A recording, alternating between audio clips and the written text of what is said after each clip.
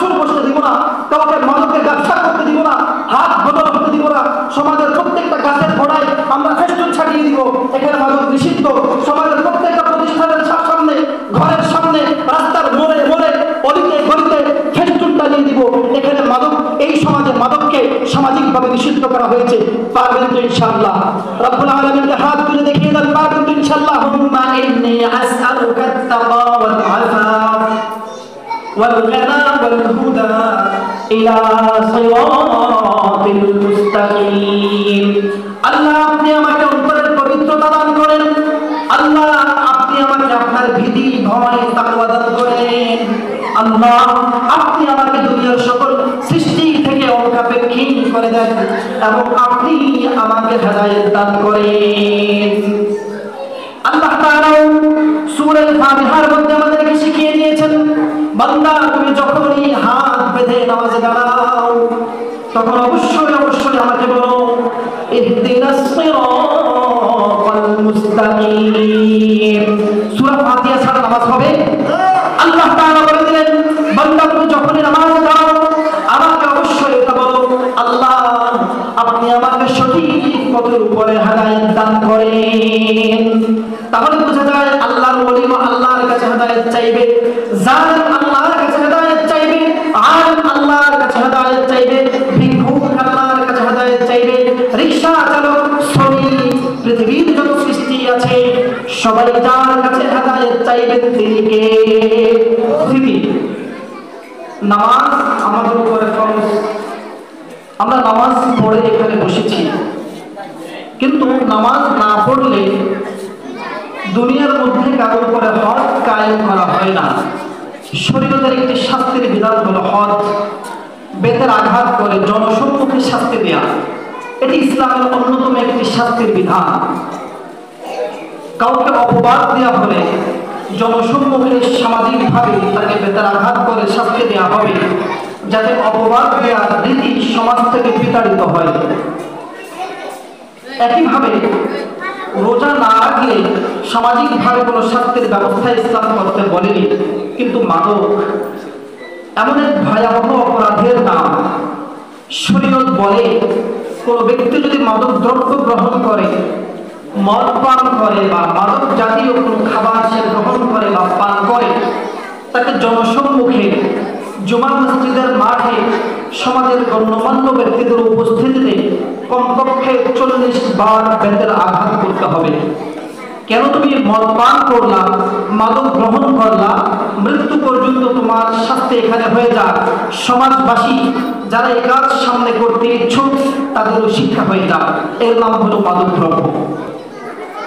নামাজের ব্যাপারে জনসম্মুখে শাস্তি দিতে বলা হয়নি, রোজার ব্যাপারে বলা হয়নি, মাদকের ব্যাপারে বলা হয়েছে কোনো ব্যক্তি যদি মাদক গ্রহণ করে জনসম্মুখে তাকে কমপক্ষে 80 বার বেতের আঘাত করতে হবে। প্রিয় উপস্থিতি, আমি শুরুতে এই কথাটি কেন বললাম আপনারা এখান থেকে আন্দাজ করে নিতে পারেন ইসলাম মাদক দ্রব্যকে কতটা ঘৃণা করে, কতটা নিকৃষ্টভাবে কোরআন হাদিসে মাদক দ্রব্য গ্রহণকে উপস্থাপন করা হয়েছে।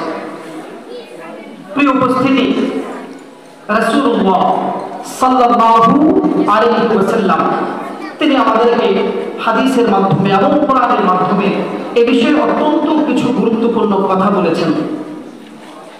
সম্মানিত উপস্থিতি, রাসূলুল্লাহ সাল্লাল্লাহু আলাইহি ওয়াসাল্লাম হাদিস শরীফের মধ্যে আমাদেরকে জানিয়েছেন, আল খামরু উম্মুল ফাওয়াহিশ। দুনিয়ার বুকে যত রকম অপরাধ হতে পারে, জিনা হতে পারে, ইফতিজিং হতে পারে, ব্যভিচার হতে পারে, পরকীয়া হতে পারে, মানুষ হত্যা হতে পারে, সন্ত্রাসী হতে পারে, গীবত হতে পারে, সুদ খাওয়া হতে পারে, আরেকজনের জমি জোর করে কেড়ে নেওয়া হতে পারে, ধোঁকাবাজি হতে পারে, যত রকম অপরাধ আল্লাহ আসমানের নিচে জমিনের উপরে বিদ্যমান কিয়ামত পর্যন্ত আসতে পারে এমন অপরাধ, রাসূল বলেছেন সকল অপরাধের মা, জন্মদাত্রী, উৎপাদন কেন্দ্রের নাম হলো মাদক। এবার এই কথাটা আপনি মিলিয়ে দেখেন, যেই ব্যক্তি ডাকাতি করে কোনো না কোনো ভাবে সে মাদকের সাথে জড়িত, যে ব্যক্তি জিনা করে, ব্যভিচার করে, পরকীয়া করে, মানুষ হত্যা করে, অধিকাংশ অপরাধের পেছনে ওই ব্যক্তি মাদক দ্রব্য গ্রহণ করে এই কারণটা জড়িত, ঠিক কিনা? রাসূল এই কথাটি আজ থেকে ১৫০০ বছর আগে আমাদেরকে বলেছেন। এই কথাগুলো আপনি ধীরে ধীরে সূর্যের আলোর মতো আরো বেশি স্পষ্ট হতে দেখবেন। রাসূলুল্লাহ সাল্লাল্লাহু আলাইহি ওয়াসাল্লাম আরো গুরুতর কথা বলেছেন। قال رسول الله صلى الله عليه وسلم لا يزني الزاني حين يزني وهو مؤمن ولا يشرب الشارب حين يشرب وهو مؤمن। রাসূল বলেন, যে ব্যক্তি জিনা করে, ব্যভিচার করে এবং যে ব্যক্তি মাদক দ্রব্য গ্রহণ করে, এই দুইটি অপরাধ হলো এমন অপরাধ, মাদক দ্রব্য গ্রহণ করার যে সময়টুকু তার কাছে রয়েছে, মাদকের প্রভাব তাকে যতক্ষণ পর্যন্ত প্রভাবিত করে রাখে এবং যতক্ষণ পর্যন্ত একজন ব্যক্তি পরকীয়ার মধ্যে লিপ্ত থাকে, ব্যভিচার জিনার মধ্যে লিপ্ত থাকে, এই সময়টুকু তার ঈমানটা তার শরীর থেকে আলাদা হয়ে যায়। নাউযুবিল্লাহি মিন যালিক। যতক্ষণ একজন ব্যক্তি মদ পান করে, মাদক জাতীয় যত দ্রব্য রয়েছে, ইয়াবা সেবন করে, ফেন্সিডিল গ্রহণ করে অথবা বিকারগ্রস্ত হয়, এবং যে কোনো মাদক যে ব্যক্তি গ্রহণ করে, এটা গ্রহণ করতে আধা ঘন্টা লাগুক, 1 ঘন্টা লাগুক, পুরো রাত্রি লাগুক, পুরো দিন লাগুক, রাসূল বলেছেন এই পুরোটা সময় ওই ব্যক্তির কাছ থেকে তার ঈমানটা চলে যায়। আপনি কল্পনাও করতে পারবেন না এটি কত বড় দুঃসংবাদ একজন মাদক সেবীর জন্য, যে ঈমান ছাড়া আপনি জান্নাতের কথা কল্পনাও করতে পারেন না, যে ঈমানের জন্য বহু সাহাবায়ে কেরাম রক্তে রঞ্জিত হয়েছেন, শাহাদাত বরণ করেছেন। সেই ঈমানের ব্যাপারে আমার আপনার নবী বিশ্ব মানবতার দূত মুহাম্মদুর রাসূলুল্লাহ সাল্লাল্লাহু আলাইহি ওয়াসাল্লাম বলেছেন, যতক্ষণ মাদক দ্রব্য গ্রহণ করা হয় ততক্ষণ পর্যন্ত এই ব্যক্তি ঈমানদার নয়। মাদক দ্রব্য গ্রহণ করার পরে আল্লাহ চাইলে ঈমানটা আবার ফিরে আসে। এজন্য ফুকাহায়ে কেরাম বলেন, কোন ব্যক্তি যদি মদ খেতে খেতে মারা যায়, মাদক দ্রব্য গ্রহণ করতে করতে মারা যায়, তার জানাজার নামাজটা মুসলমান পড়তে পারবে না। প্রিয় উপস্থিতি, এখান থেকেও আমরা বুঝতে পারি মাদক দ্রব্য মানব জীবনে কতটা গুরুতর অপরাধ এবং ঘৃণ্য কাজ। রাসূলুল্লাহ সাল্লাল্লাহু আলাইহি ওয়াসাল্লাম হাদিসের মধ্যে আমাদেরকে জানিয়েছেন, সতর্ক করেছেন। সম্মানিত উপস্থিতি, রাসূল সাল্লাল্লাহু আলাইহি ওয়াসাল্লাম বলেন, 10 শ্রেণীর মানুষ এমন আছে যেই 10 শ্রেণীর মানুষের সাথে মাদকতা সংশ্লিষ্ট জড়িত। এই 10 শ্রেণীর জিনিস এবং মানুষ প্রতিনিয়ত আল্লাহ রাব্বুল আলামিনের পক্ষ থেকে অভিশাপের শিকার হতে থাকে। লানা রাসূলুল্লাহ সাল্লাল্লাহু আলাইহি ওয়াসাল্লাম আল খামরা ওয়া শারিবাল খামর। রাসূল বলেন, আল্লাহর লানত অভিশাপ বর্ষিত হোক ওই ব্যক্তির উপরে যে ব্যক্তি মাদক গ্রহণ করে এবং যে মদ গ্রহণ করে, মাদক গ্রহণ করে, ওই মাদকের উপরে রব্বুল আলামিনের লানত বর্ষিত হোক।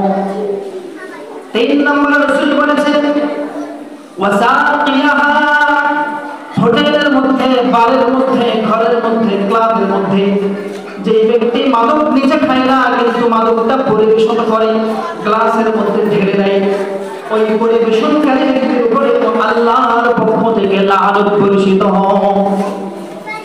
এরপর রাসূল বলেছেন, ওয়াদাইহা, যে ব্যক্তি মাদকের ব্যবসা করে, মাদক বিক্রি করে, সার্ভ করে, ওই ব্যক্তির উপরে আল্লাহর লানত বর্ষিত হোক।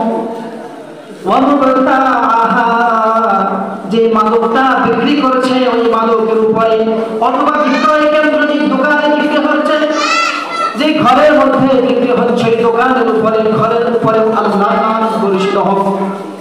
এরপর রাসূল 7 নম্বরের মধ্যে বলেছেন, যে হামিল, যে ব্যক্তি মাদকটা বহন করে নিয়ে যায়, ওই বহনকারী ব্যক্তির উপরেও আল্লাহর লানত বর্ষিত হোক।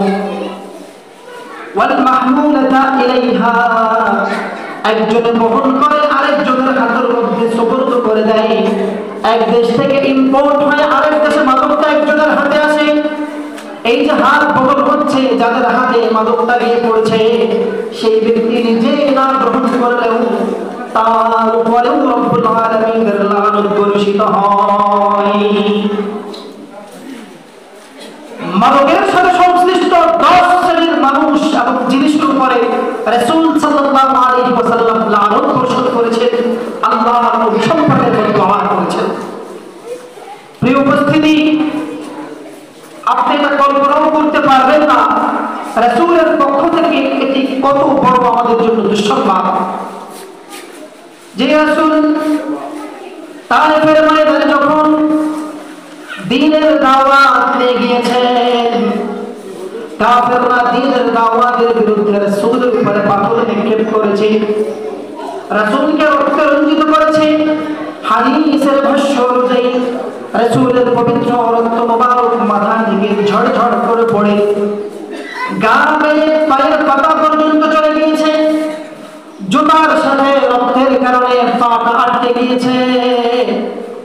এমন অবস্থায় পাহাড়ের ফেরেশতা রাসূলের কাছে উপস্থিত, ইয়া রাসূলুল্লাহ, এই যে কাফেরের দল, মুশরিকের দল আপনাকে নির্যাতন করলো, কষ্ট দিল, আপনি শুধু একবার আমাকে অনুমতি দিন, আর ওই দুইটি পাহাড়কে আমি একটার সাথে আরেকটাকে মিলিয়ে দিব, প্রত্যেকটা মানুষকে আমি চাপটা করে দিব।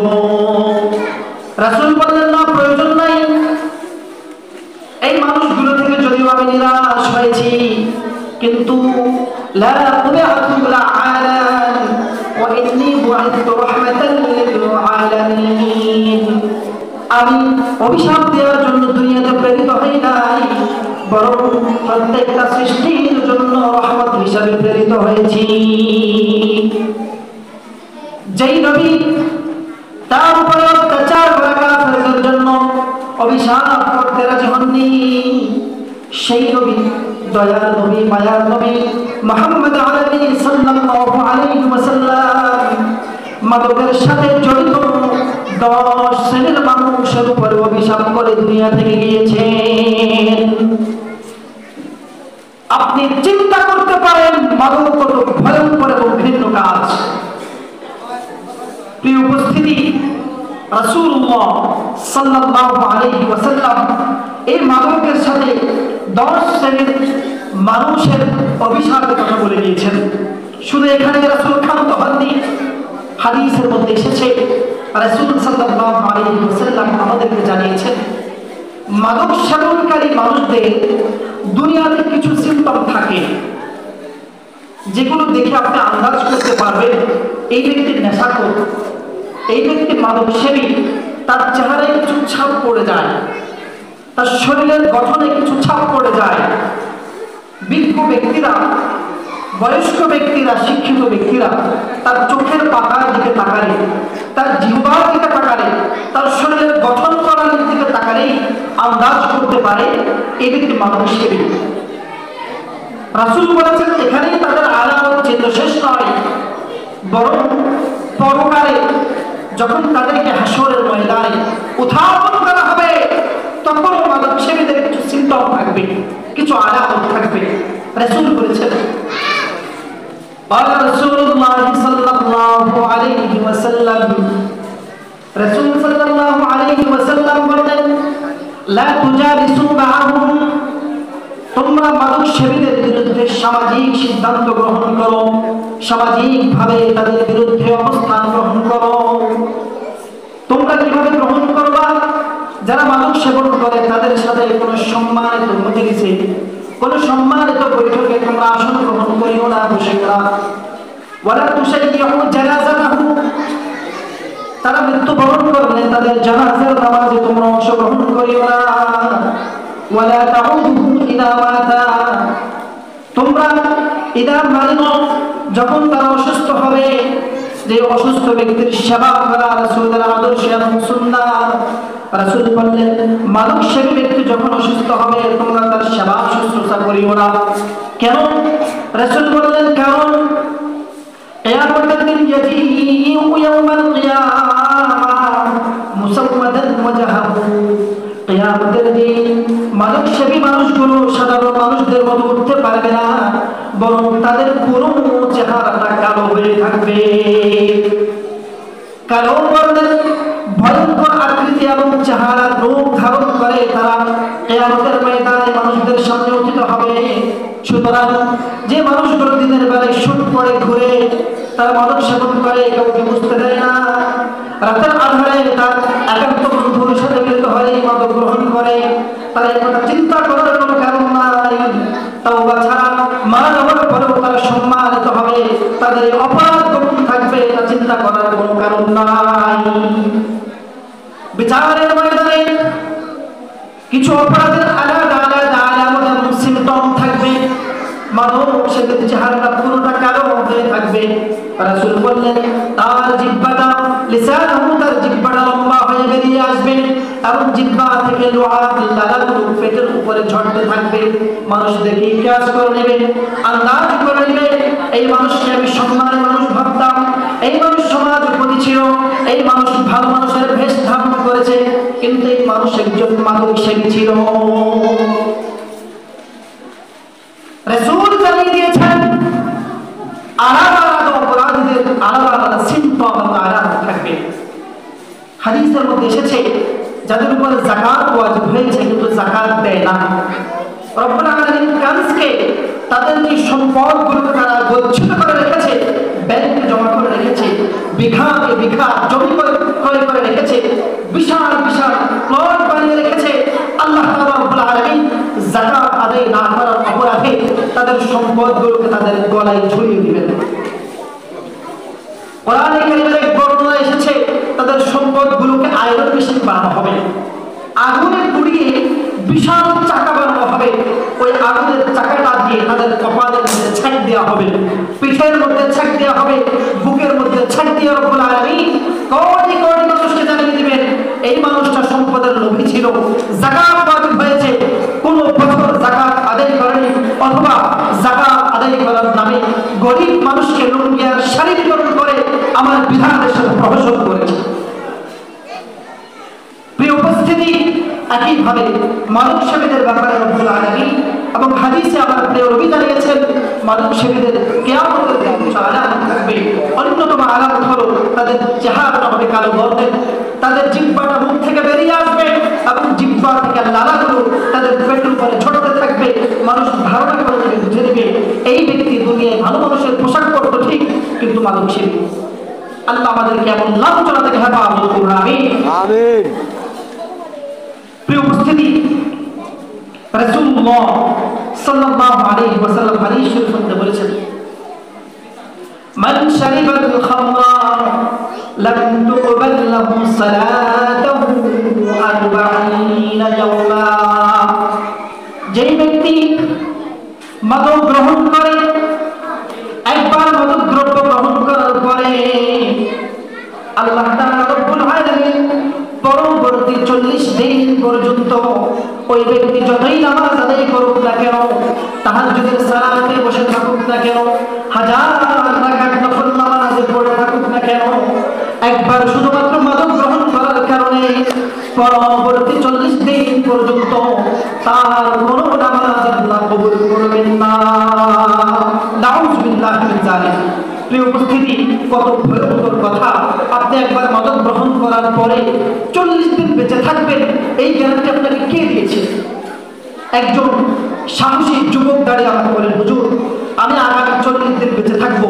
কার বুকের পাটা এতটা চওড়া, কোন ব্যক্তির এত বেশি সাহস?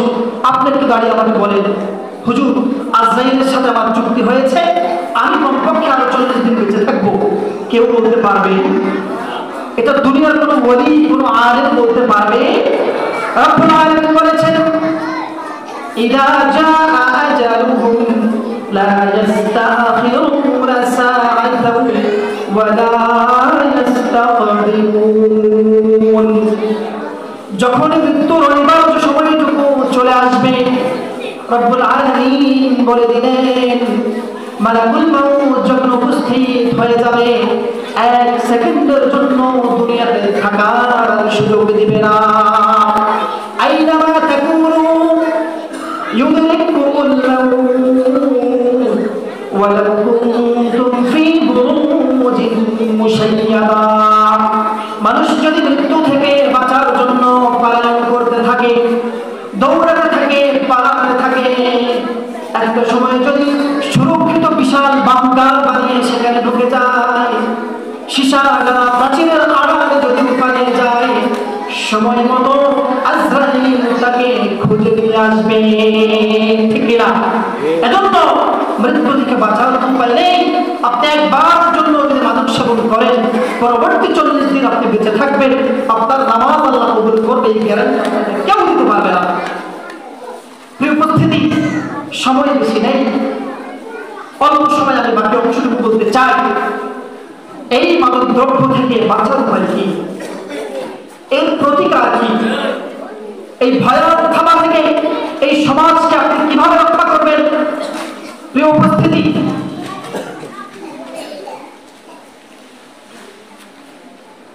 এতক্ষণ পর্যন্ত আপনাকে কোরআন হাদিস শুনিয়েছি, কিন্তু আপনি যদি একটু বাস্তবতার সাথে মিলিয়ে দেখেন, রাসূলের কথাগুলো সবসময় বিজ্ঞান সম্মত। রাসূলের আজকের কথা আগামী 3000 বছর পরে, 50,000 বছর পরে হলেও প্রতিফলিত হবে, এটাই বাস্তবতা। এই কথার পরে আমাদের ঈমান আছে তো? আমরা বিশ্বাস করি না রাসূল কখনো মিথ্যা বলতে পারেন না, আমার রাসূল কখনো অসত্য বলতে পারেন না, আমার রাসূল কখনো অবাস্তব কথা বলতে পারেন না, এই কথার উপরে আমাদের বিশ্বাস আছে তো? তাহলে এই কথা নিশ্চিত থাকে, রাসূল যে কথাগুলো বলেছেন সমাজের প্রতিটি ইঞ্চিতে ইঞ্চিতে, পৃথিবীর সকল ভূমিতে রাসূলের কথাগুলো বাস্তবভাবে প্রতিফলিত হবে, কোনো সন্দেহ নেই। এবার আপনি মিলিয়ে দেখেন, মাদক গ্রহণ করলে শুধু পরকালীন শাস্তি, নামাজ কবুল হবে না এতটুকুই নয়, যারা মাদক গ্রহণ করে তাদের সামাজিক এবং দুনিয়ার বহু ক্ষতি আছে। 1 নাম্বার মানসিক ক্ষতি। যারা মাদক গ্রহণ করে ধীরে ধীরে তাদের মস্তিষ্ক নষ্ট হয়ে যায়। মাদক সেবীরা একটা সময় সেন্স হারিয়ে ফেলে, দুনিয়ার হিতাহিত জ্ঞান হারিয়ে ফেলে। এটা হলো তার জন্য সবচেয়ে বড় লাঞ্ছনার এবং কষ্টের বিষয়। আপনার একটি হাত চলে গিয়েছে, আপনার একটি পা চলে গিয়েছে, আপনি চিকিৎসা করতে পারবেন, কৃত্রিম হাত লাগাতে পারবেন, অথবা এক হাতের উপরে ভর দিয়ে আপনি চলতে পারবেন, জীবনটা হয়তো আপনি কাটাতে পারবেন, কিন্তু আপনার ব্রেন নাই, আপনার আমল নাই, আপনি বেআকল, আপনি পাগল, আপনি মস্তিষ্কহীন, আপনার যে দুর্ভাগা এই পৃথিবীতে আর দ্বিতীয় কোন ব্যক্তিকে আপনি খুঁজে পাবেন না। একজন পাগলের দিকে আপনি তাকিয়ে দেখেন, প্রচন্ড শীতের মধ্যেও পুরো উলঙ্গ অবস্থায় রাস্তায় হাঁটছে, প্রচন্ড গরমের মধ্যেও ছালার চট গায়ে ধরে রাস্তায় হাঁটছে। কেন এই ব্যতিক্রম? কেন? আল্লাহ তাকে সব দিয়েছে, কিন্তু আপদ নেই। একজন মাদক সেবীর জন্য সবচেয়ে বড় অভিশাপ হলো তার মানসিক শক্তি ধীরে ধীরে নষ্ট হয়ে যায়। দ্বিতীয় ক্ষতি হলো শারীরিক ক্ষতি। আপনারা জানেন এখন কোনো উন্নত হয়েছে, আধুনিক হয়েছে, ইউটিউবে সার্চ দিলে আপনারা দেখতে পারেন, গুগল করলে আপনারা দেখতে পারবেন মাদক সেবনের কারণে মানুষের হৃৎপিণ্ড থেকে শুরু করে, মানুষের ব্রেন থেকে শুরু করে, রক্তনালী ব্লক হওয়া থেকে শুরু করে, যত ধরনের জটিল কঠিন কিডনি ড্যামেজ হওয়া থেকে শুরু করে, প্রস্রাবের নালী বন্ধ হয়ে যাওয়া শুরু করা থেকে, মলদারের ক্যান্সার হওয়া থেকে শুরু করে, যত রকম মরণ ব্যাধি রোগ থাকতে পারে মাদক সেবনের কারণে, সকল রোগ একজন মাদক সেবীর শরীরের মধ্যে বাসা বাঁধে, ঠিক কিনা? এটা হলো তার জীবনের দ্বিতীয় ক্ষতি। এরপরে আসুন তার পারিবারিক ক্ষতি।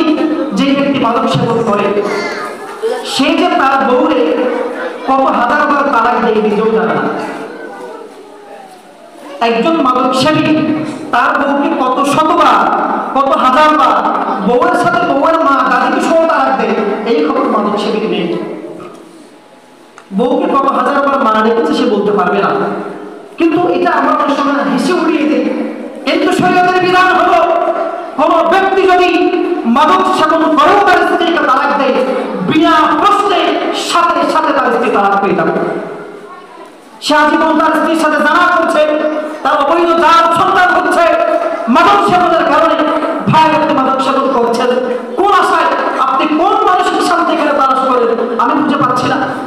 মাদক সেবনের কারণে আপনি স্ত্রীকে তালাক দিয়েছেন, আপনি বলতে পারছেন না, আপনার জারক সন্তান হচ্ছে, আপনি বলতে পারছেন না, আপনি মাদক সেবন করে কি প্রশান্তি অর্জন করছেন? এই মাদক সেবনের কারণে পারিবারিক ক্ষতির পরে আসে সামাজিক ক্ষতি। একটি সমাজ, আমি বেশি কিছু বলতে চাই না, একটি সমাজকে রসা করে ফেলার জন্য, জান্নাত থেকে জাহান্নামের ভূগর্ভস্থ অগ্নিকুণ্ডলী বানানোর জন্য, নিকৃষ্ট সমাজে রূপান্তরের জন্য, কাফের সমাজের চাইতেও নিকৃষ্ট সমাজে পরিণত করার জন্য গুটি কয়েক মাদক সেবী যথেষ্ট। ঠিক কিনা? অল্প কিছু মাদক সেবী যদি একটি সমাজে থাকে, ওই সমাজকে নরকে পরিণত করতে, জাহান্নামে পরিণত করতে 1 মাস অথবা 1 সপ্তাহের বেশি সময় লাগবে না। ধীরে ধীরে এই বেড়া, এই রোগ প্রতিটি ঘরের বেড়ার ভিতরে ঢুকে যাবে, প্রতিটি প্রাসাদের ভিতরে ঢুকে যাবে, প্রতিটি গাছপালায় ঢুকে যাবে, প্রতিটি অলিতে গলিতে, মসজিদের বারান্দায়, মাদ্রাসার ছোট ঘর পর্যন্ত এই মাদকের রোগ সারায়াত করে, এই মাদকের রোগ করোনার মতো ঢুকে যাবে। এটা হলো সামাজিক ক্ষতি। এই উপস্থিতি, এভাবে ক্ষতির কথা বলতে গেলে রাত ফুরিয়ে যাবে, মাদকের ক্ষতি বলে শুনে শেষ করা যাবে। প্রতিকার কি? বাঁচার উপায় কি? 1 নাম্বার, আমি জানি না, আমি এখানে সবাইকে ভালো মনে করছি, আমি আশা করি আমার মাইকের আওয়াজ যতটুকু যাচ্ছে ততটুকু পর্যন্ত কোনো মাদক সেবী নেই, এটা আমার দৃঢ় বিশ্বাস। মনে হচ্ছে না এত সুন্দর এলাকায়, এত সুন্দর মসজিদ যেখানে নির্মিত হচ্ছে, সেখানে কোনো মাদক সেবী থাকবে, এটা অন্তত আমি বিশ্বাস করতে পারছি না। এরপরেও হয়তো ইন্তেজামিয়া কমিটির পক্ষ থেকে এই বিষয়টি আমাকে দেওয়া হয়েছে, যাতে ভবিষ্যতে সমাজের মধ্যে কোনো বিশৃঙ্খলা দেখা না দেয়। ভবিষ্যৎ প্রজন্ম, আজকের যুব সমাজ, যারা এই স্বাধীন বাংলাদেশকে সুন্দরভাবে বিনির্মাণ করবে, যারা এই বাংলাদেশকে বিশ্বের দরবারে সুন্দর একটি রোল মডেল হিসেবে উত্থাপন করবে, আপনারা নিশ্চিত থাকেন ভবিষ্যৎ বাংলাদেশ হলো ইসলামের বাংলাদেশ। ভবিষ্যৎ বাংলাদেশে ইনশাআল্লাহ কোরআনের আইন প্রতিষ্ঠিত হবে, বিনা প্রশ্নে 100% গ্যারান্টি দিয়ে আপনি নিশ্চিত থাকতে পারেন। সুতরাং যাতে ভবিষ্যৎ প্রজন্ম, আমাদের যুব সমাজ, তরুণ সমাজের মধ্যে এই মাদকের ব্যাধি ঢুকে না যায়, এজন্য হয়তো এই ভালো কল্পনায় নিয়তে হয়তো কবিতা আমাকে এই বিষয়টি দিয়েছে। প্রিয় উপস্থিতি, প্রতিকার কোথায়? 1 নাম্বার, আমাদের সবাইকে ছোট থেকে তরুণ, তরুণ থেকে যুবক, যুবক থেকে বৃদ্ধ পর্যন্ত সকলকে মহান রবের কাছে দোয়া করতে হবে হেদায়েতের জন্য। এটা খুব সহজ মনে হচ্ছে। দোয়া করতে হবে কিসের জন্য? একটু বড় করে বলেন, কিসের জন্য? হেদায়েতের জন্য। কেন বললাম? আজকের সমাজে সকল মানুষ, সকল বলবো না, অধিকাংশ মানুষ অন্যের হেদায়েত নিয়ে খুব ব্যস্ত। কারো জিনিস হারিয়েছে, মোবাইল হারিয়েছে, টাকা হারিয়েছে, মানি ব্যাগ হারিয়েছে, অনেক খোঁজাখুঁজি করেছে, খুঁজে পায়নি। যিনি করেছে পুলিশ খুঁজে দিতে পারেনি, ঘরে এসে বলে যেই চোরে চুরি করেছে, যেই ব্যক্তি পেয়েছে, আল্লাহ তাকে হেদায়েত দিবে। বলে কিনা? বলে। একজন ব্যক্তি, সে পরীক্ষা দিতে গিয়েছে নকল নিয়ে, যে ম্যাজিস্ট্রেট, যে হল রক্ষক তার নকল ধরেছে, বহিষ্কার করার পরে বের হয়ে এসে বলে আল্লাহ তাআলা ম্যাজিস্ট্রেটকে হেদায়েত দান করুন। চোর বলে মালিককে আল্লাহ হেদায়েত দান করুন, মালিক বলে চোর আল্লাহকে, চোরকে আল্লাহ রাব্বুল আলামিন হেদায়েত দান করুন। মাহফিল কমিটি বলে বক্তাকে আল্লাহ হেদায়েত দান করুন, বক্তা টাকা বেশি চেয়েছে, বক্তা বলে মাহফিল কমিটি আল্লাহ হেদায়েত দান করুন, কমিটি তাকে কম দিয়েছে। শ্রোতারা বলে বক্তাকে আল্লাহ হেদায়েত দান করুন, বক্তা কানে হাত দিয়ে টান দিতে পারেনি। সবাই শুধু অপরের হেদায়েত নিয়ে ব্যস্ত।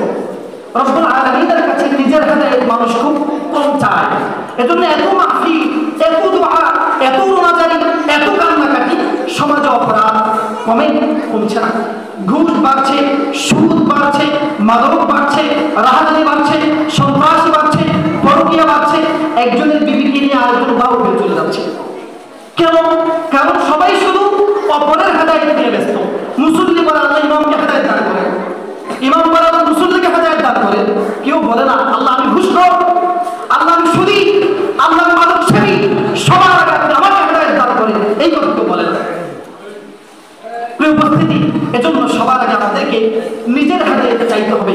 বলেন, এই পৃথিবীতে আমার নবী মুহাম্মদুর রাসূলুল্লাহ সাল্লাল্লাহু আলাইহি ওয়াসাল্লামের চাইতে ভালো মানুষ, শ্রেষ্ঠ মানুষ, রব্বুল আলামিনের কাছে প্রিয় মানুষ আর কেউ আছেন? আছেন কি? আছেন? কার করে বলেন? নেই। এই পৃথিবীতে আমার নবীর চাইতে দামি মানুষ আর কেউ নেই।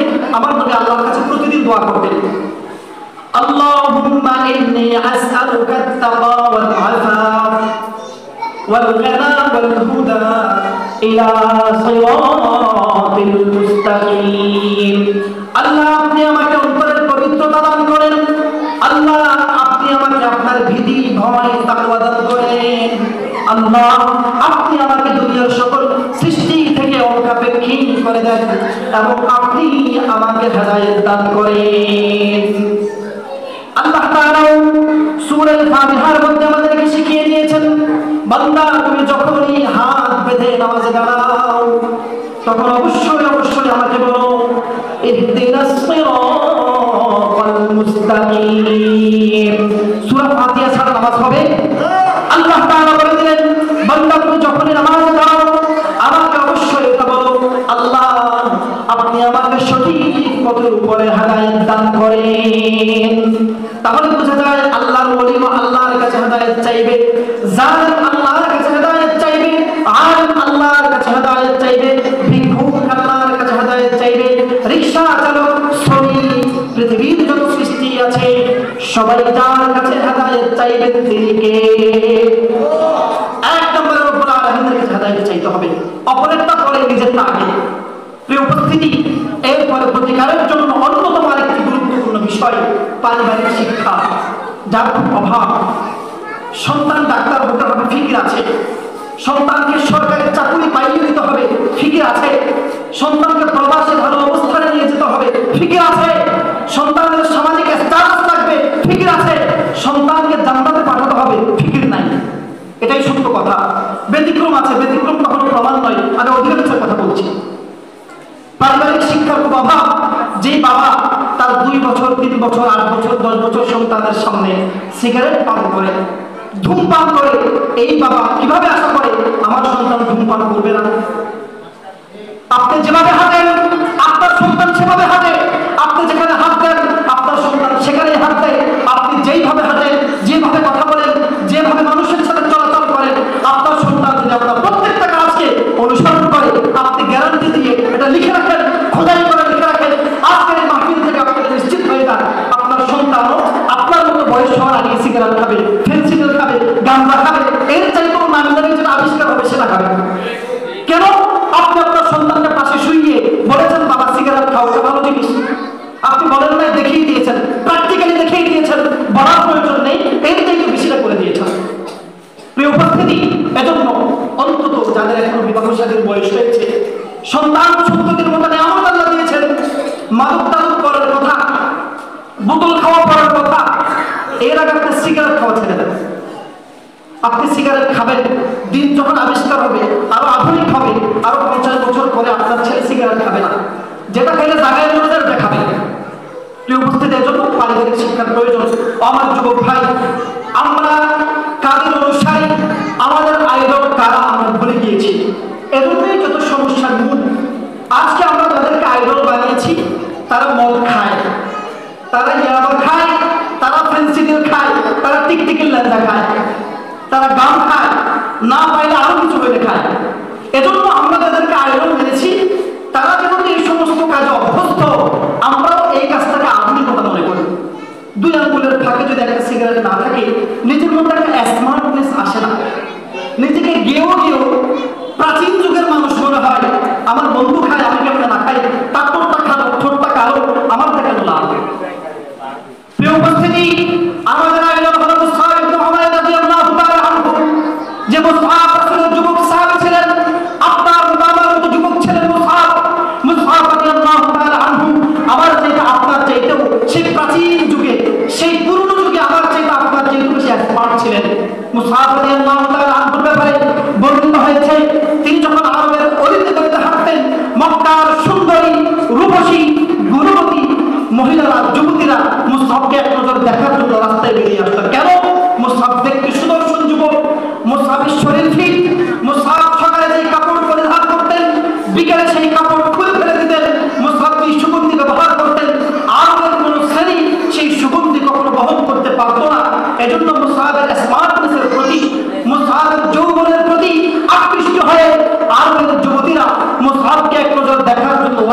নিয়ে আসতো।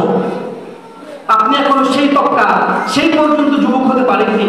এই মুসআব যখন শুনতে পেলেন ইসলাম হলো সত্য ধর্ম, মুহাম্মদ হলেন শেষ নবী, মুসআব রাদিয়াল্লাহু আনহু রাসূলের দরবারে উপস্থিত। ইয়া রাসূলুল্লাহ, আমি যুবক, আমি চাই এখন মুসলমান হয়ে ইসলামের জন্য নিজেকে উৎসর্গ করে দিতে। মুসআব রাদিয়াল্লাহু আনহু কালিমা পড়ে রাসূলের দরবারে মুসলমান হয়ে গেলেন। মুসআবের মা একটু সম্ভ্রান্ত নারী ছিলেন, টাকাওয়ালা নারী ছিলেন। টাকাওয়ালা নারীদের দামাগ একটু বেশি থাকে। যে নারীর কাছে ক্যাশ থাকে, ক্যাশের চাবি থাকে, তার দামাগ একটু বেশি থাকে। আমি সবাইকে বলছি না, আমাদের বহু মা বোনেরা আমাদের চাইতে ভালো। মুসআবের মা এটা সহ্য করতে পারেননি, আমার সন্তান মুহাম্মাদের মতো মিসকিনের ধর্ম গ্রহণ করবে, এটা আমি কখনো মেনে নিতে পারবো না। মুসআবের মা হুমকি দিলেন, মুসআব, তুমি যদি অতি সত্য ইসলাম ধর্ম ত্যাগ করে কাফের এবং মুরতাদ না হয়ে যাও, আমি তোমাকে আমার সম্পদ থেকে বঞ্চিত করবো। মুসআব বললেন, মা, আপনার মতো মা যদি 100 বার মরে যায়, 100 বার যদি দুনিয়াতে আসে, 100 বার যদি আমার সম্পদ থেকে বঞ্চিত করে, আমি মুসআব 100 বার জীবন দিতে রাজি, আমি মুহাম্মাদের ধর্ম ইসলাম ত্যাগ করতে রাজি নই। মুসআব রাদিয়াল্লাহু তাআলা আনহু মায়ের সম্পদের মায়া ত্যাগ করে এক কাপড়ে ঘর থেকে বেরিয়ে গেলেন ইসলামের জন্য। বদরের যুদ্ধে অংশগ্রহণ করেছেন। সর্বপ্রথম যেই জামাত ইউথোপিয়ায় হাবশায় হিজরত করে গিয়েছিল ইসলামের জন্য, ওই দলের প্রধান ছিলেন মুসআব রাদিয়াল্লাহু আনহু। রাসূল সাল্লাল্লাহু আলাইহি ওয়াসাল্লাম যেই ব্যক্তিকে ইসলামের শিক্ষক বানিয়ে, যেই ব্যক্তিকে ইসলামের খাদেম বানিয়ে মদিনায় পাঠিয়েছিলেন, সেই ব্যক্তির নাম মুসআব রাদিয়াল্লাহু আনহু। একটা সময় মুসআব যুদ্ধ করতে করতে জিহাদের ময়দানে মুসআবকে রাসূল দায়িত্ব দিয়েছেন, মুসআব, তুমি আর কিছু করতে পারো না পারো, এই জন্য তোমাকে কালিমার পতাকা, ইসলামের কালিমার পতাকা যাতে কখনো ভুলুণ্ঠিত না হয়, আমি এই কালিমার পতাকাকে সর্বসময় সবসময় সবার করে দেখতে চাই। মুসআব রাদিয়াল্লাহু তাআলা আনহু, প্রিয় ভাই, আমরা কালিমার পতাকাকে সবার উপরে দেখতে চাই কিনা? প্রিয় ভাই, যদি চাই মুসআব আমাদের অনুসারী, মুসআব আমাদের আইডল, মুসআব আমাদের আদর্শ। মুসআব রাদিয়াল্লাহু আনহু এক হাতে পতাকা বহন করেছেন, এক হাতে অস্ত্র দিয়ে যুদ্ধ করতে করতে ময়দানের মাঝে ঢুকে গিয়েছেন। একটা সময় কাফেরের অস্ত্রের আঘাতে মুসআব রাদিয়াল্লাহু তাআলা আনহু ডান হাতটা কেটে মাটিতে পড়ে গিয়েছে। মুসআব চিন্তা করলেন, এখন যদি আমি পতাকাটা ছেড়ে দেই, রাসূলের কথা অমান্য হবে, ইসলামের কালিমার পতাকা মাটিতে পড়ে যাবে। মুসআব পতাকাটা মুখে ধারণ করলেন, কামড়ে ধরলেন, আঁকড়ে ধরলেন, আঘাত হাতে যুদ্ধ করতে করতে আরো ভিতরে চলে গেলেন। একটা সময় কাফেরের অস্ত্রের আঘাতে মুসআব রাদিয়াল্লাহু আনহু শহীদ হয়ে শাহাদাত বরণ করে জান্নাতের পাখি হয়ে গেলেন। সুবহানাল্লাহ। প্রিয় ভাই, এবার রাসূল সাল্লাল্লাহু আলাইহি ওয়াসাল্লাম যুদ্ধ শেষে সাহাবায়ে কেরামকে বললেন, আমার মুসআব কোথায়? মুসআবকে নিয়ে আসো। রাসূল সাল্লাল্লাহু আলাইহি ওয়াসাল্লাম মুসআবকে নিয়ে আসলেন। সবাই আশ্চর্য হলেন, মুসআবের জন্য এমন একটি কাফনের কাপড় পাওয়া গিয়েছে, তাকে দাফন করার জন্য যে কাপড়টি পাওয়া গিয়েছে, ওই কাপড়টি এত ছোট ছিল, পায়ের দিকটা যখন ঢাকে মাথার দিকটা খুলে যায়, মাথার দিকটা যখন ঢাকে পায়ের দিকটা খুলে যায়। রাসূল মাথায় হাত দিলেন, আফসোস করে ঝরঝর করে চোখের পানি ফেলে দিয়ে রাসূল বললেন, ও আমার সাহাবায়ে কেরাম, ও আমার যুবক সাহাবায়ে কেরাম, তোমরা দেখো, এই সেই মুসআব, যে মুসআব সকালের কাপড় বিকেলে খুলে ফেলে দিত, বিকেলের কাপড় সকালে পরিধান করতো না। এই সেই মুসআব, যে মুসআব সকালের সুগন্ধি বিকেলে ব্যবহার করতো না। এই সেই মুসআব, যে মুসআবের সুদর্শন সৌন্দর্য অবলোকন করার জন্য সুদর্শন আরবের যুবতীরা এক নজর দেখার জন্য রাস্তায় লাইন দিয়ে দাঁড়িয়ে থাকতো। আজকে মুসআব নিজেকে ইসলামের জন্য এত বেশি উৎসর্গ করে দিয়েছে, ইসলামের জন্য নিজের প্রাণকে এভাবে কোরবান করে দিয়েছে, রব্বুল আলামিন তাকে এভাবে কবুল করেছে। আজকে সে দুনিয়া থেকে বিদায় নিচ্ছে, তাকে কাফন দেওয়ার মতো পর্যন্ত কাপড় খুলে পাওয়া যাচ্ছে। প্রিয় ভাই, এই মুসআব হলো আমাদের আদর্শ। আজকে আমরা ভুল মানুষকে আদর্শ বানিয়েছি, বিধায় তারা আমাদেরকে মাদক খাওয়াকে আদর্শ বলছে, পরকীয়াকে স্বাধীনতা বলছে, জেনাকে স্বাধীনতা বলছে, প্রেম ভালোবাসাকে বৈধ করে দিচ্ছে। আল্লাহ কসম করে বলছে, ভাই, ও আমার যুবক ভাই, আপনার পায়ে হাত দিয়ে বলছি, আপনি যদি মাদকের সাথে জড়িত থাকেন, নিজের কল্যাণের জন্য, পরিবারের কল্যাণের জন্য, সমাজের কল্যাণের জন্য, সর্বোপরি পরকালে যদি জান্নাতে যেতে চান, জাহান্নামের নির্মমতা থেকে যদি বাঁচতে চান, অবশ্যই অবশ্যই আজকেই তওবা করুন, রব্বুল আলামিনের পথে ফিরে আসুন, অন্যথায় আপনি সমাজের জন্য বোঝা হবেন। প্রিয় ভাই, যে কথাটি আপনাদের সামনে বলতে চেয়েছি, মাদক আমাদের জন্য ক্ষতিকর জিনিস না উপকারী জিনিস? চিৎকার করে বলেন, মাদক কি ক্ষতিকর না উপকারী জিনিস? এই মাদককে আপনারা সমাজ থেকে বিতাড়িত করার জন্য, সমাজ থেকে ঝেড়িয়ে